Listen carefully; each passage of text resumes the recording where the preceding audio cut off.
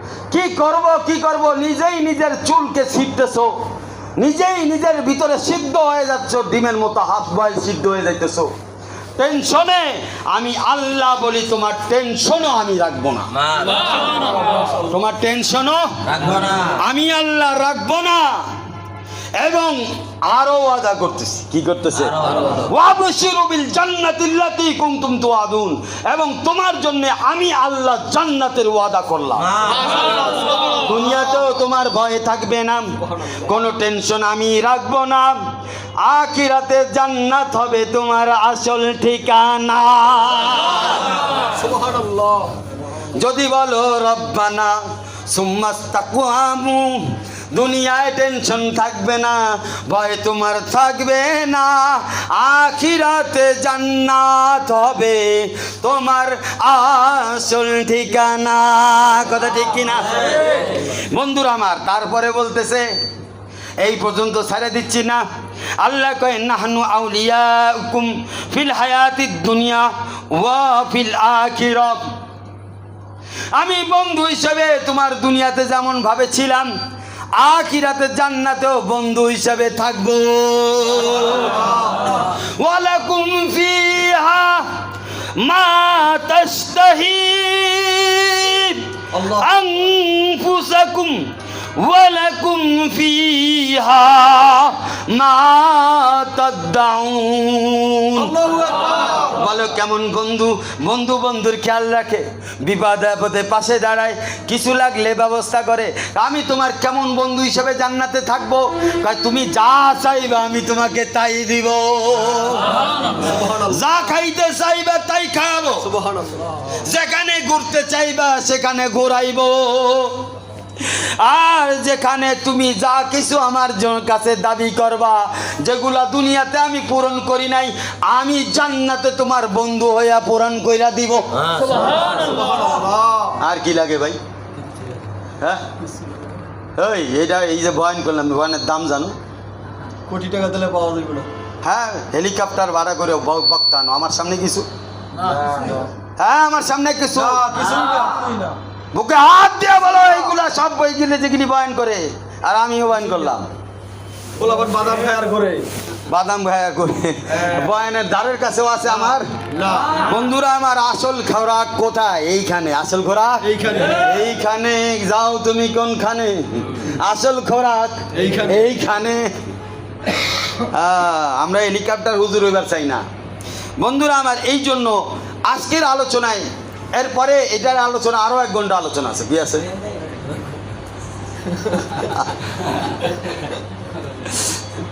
বুঝছো, এটা 2য় ঘন্টা চলতেছে, 3য় ঘন্টার দ্বারা আরও 1 ঘন্টা আলোচনা আছে। যাই হোক, এই আলোচনা আপাতত হজম করে নেন। তো আল্লাহ তাআলা আমাদেরকে এই পর্যন্ত যা কিছু আলোচনা করলাম এর উপরে আমল করার তৌফিক দান করেন। ওয়া আখির দাওয়ানা আনিল হামদুলিল্লাহি রাব্বিল আলামিন ওয়া সাল্লাল্লাহু আলা খাইরি খালকিহি মুহাম্মাদি ওয়া আলা আলিহি ওয়া সাহবিহি আজমাইন। নেক্সট এপিসোড ইনশাআল্লাহ আগামী